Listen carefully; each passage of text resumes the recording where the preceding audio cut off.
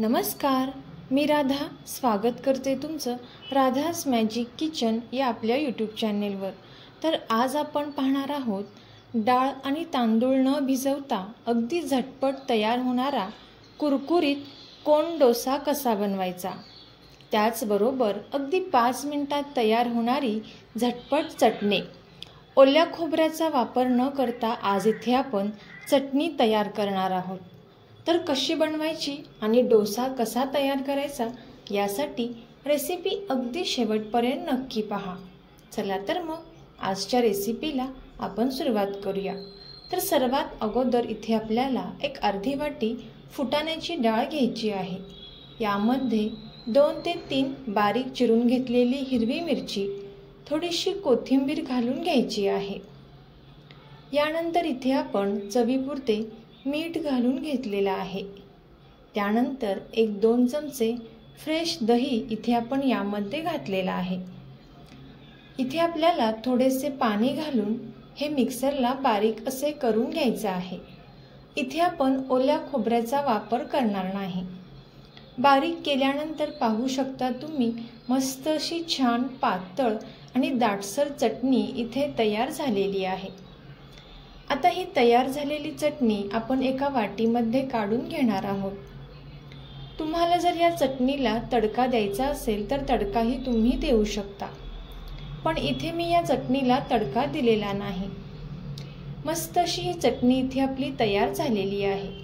आपण ही एका साईडला ठेवून देऊयात। यानंतर एका मिक्सरच्या भांड्यामध्ये आपल्याला 1 वाटी पोहे घ्यायचे आहेत आणि याच वाटीने 1 वाटी रवा इथे आपण या भांड्यामध्ये घालून घेतलेला आहे। फ्रेश दही 2 चमचे यामध्ये घालून घेतलेला आहे। चवीपुरते मीठ आपण यामध्ये घातलेला आहे। ज्या वाटीने आपण पोहे आणि रवा घेतला त्याच वाटीने सुरुवातीला अर्धी वाटी पाणी आपण यामध्ये घालायचं आहे आणि हे चमच्याने चांगले मिक्स करून घ्यायचं आहे। 1-2 ते 3 मिनिटांपर्यंत इथे आपण हे चमच्याने चांगले मिक्स करून घेणार आहोत।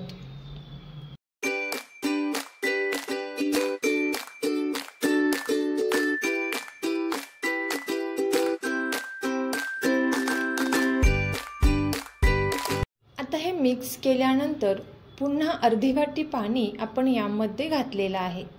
आता आपण हे मिक्सरला बारीक असे करून घेणार आहोत। बारीक केल्यानंतर पाहू शकता तुम्ही या पद्धतीचे मिश्रण इथे तयार होईल। सुरुवातीला इथे आपल्याला इथे जास्त पाण्याचा वापर करायचा नाही। आता हे तयार झालेले मिश्रण आपण एका भांड्यामध्ये काढून घेणार आहोत।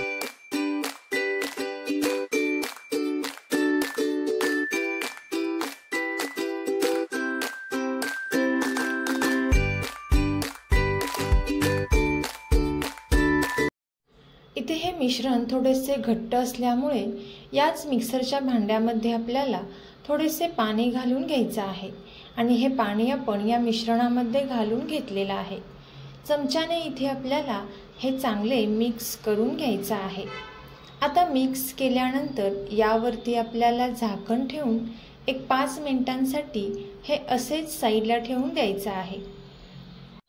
यानंतर एका मिक्सरच्या भांड्यामध्ये एक मीडियम साईजचा कच्चा बटाटा घ्यायचा आहे। यामध्ये अर्धी वाटी पाणी घालून याची आपल्याला पातळ अशी पेस्ट तयार करून घ्यायची आहे। इथे पाहू शकता तुम्ही याची पातळ अशी पेस्ट आपण तयार करून घेतलेली आहे। आता इथे आपण ही तयार केलेली कच्च्या बटाट्याची पेस्ट या मिश्रणामध्ये घालून घेणार आहोत। पाहू शकता तुम्ही रवा इथे छान असा फुललेला आहे। या मिश्रणामध्ये आता आपल्याला ही पेस्ट घालून घ्यायची आहे आणि पुन्हा एकदा आपण हे मिश्रण चांगले मिक्स करून घ्यायचं आहे। इथे जर तुम्हाला वाटत असेल बटाट्याचे छोटे छोटे तुकडे जर शिल्लक राहिले असतील तर हे संपूर्ण बॅटर तुम्ही एकदा मिक्सरला चांगले फिरवून घेऊ शकता आणि जर बटाट्याची पेस्ट पातळ झाली असेल तर मिश्रण मिक्सरला बारीक करण्याची गरज नाही। इथे आपण पुन्हा एकदा यावरती ताट झाकून एक 5 मिनिटांसाठी हे असेच ठेवून द्यायचं आहे। 5 मिनिटांनंतर इथे आपले हे बॅटर तयार झालेलं आहे। मस्त असं छान डोशासाठी बॅटर इथे आपण हे तयार करून घेतलेलं आहे। आता यामध्ये आपल्याला किंचितसा सोडा घालून घ्यायचा आहे। यावरती आपण अगदी थोडेसे पाणी घालून घेणार आहोत आणि पुन्हा एकदा आपल्याला 1-2 ते 3 मिनिटांसाठी हे चांगले मिक्स करून घ्यायचं आहे। तर आता इथे आपण लगेचच डोसा तयार करायला घेणार आहोत। इथे आपण एका साईडला गॅसवरती तवा छान असा गरम करण्यासाठी ठेवलेला आहे। तवा छान गरम झाल्यानंतर इथे तव्याला तेल लावून घ्यायचं आहे। तेल लावून घेतल्यानंतर या तव्यावरती आपल्याला थोडेसे पाणी शिंपडून घ्यायचं आहे आणि पाणी शिंपडल्यानंतर एका टिश्यू पेपरच्या सहाय्याने हा तवा आपल्याला छान असा क्लीन करून घ्यायचा आहे। तवा छान क्लीन करून घेतल्यानंतर या तव्यावरतीच आपल्याला 1 चमचा बॅटर घालून घ्यायचा आहे। तुम्ही इथे 1 ते 1.5 चमचा बॅटर घालून घेऊ शकता। आता यानंतर इथे मी 1 चमचा बॅटर यावरती घातलेला आहे आणि अलगद हाताने इथे आपण हा डोसा तयार करून घेणार आहोत।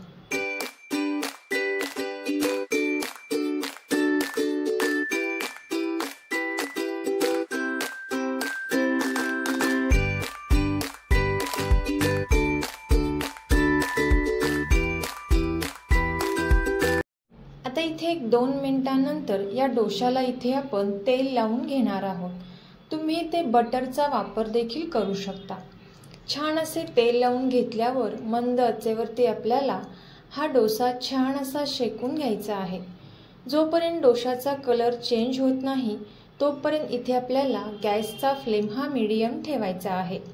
एक 4 ते 5 मिनिटांपर्यंत इथे आपल्याला गॅसचा फ्लेम हा मीडियमच ठेवायचा आहे। आता पाहू शकता तुम्ही याचा कलर मस्त असा आलेला आहे।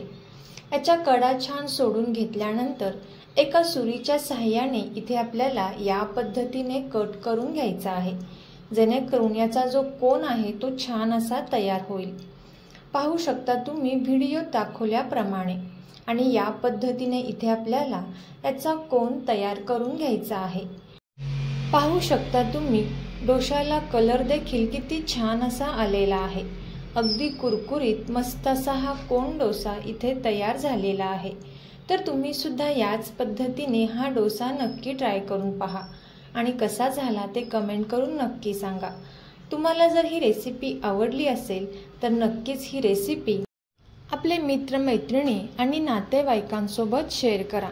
चॅनलवरती नवीन आला असाल तर नक्कीच चॅनलला सबस्क्राईब करा आणि सबस्क्राईबच्या पुढचे बेल आयकॉनचे बटन दाबा। रेसिपी अगदी शेवटपर्यंत पाहिल्याबद्दल धन्यवाद।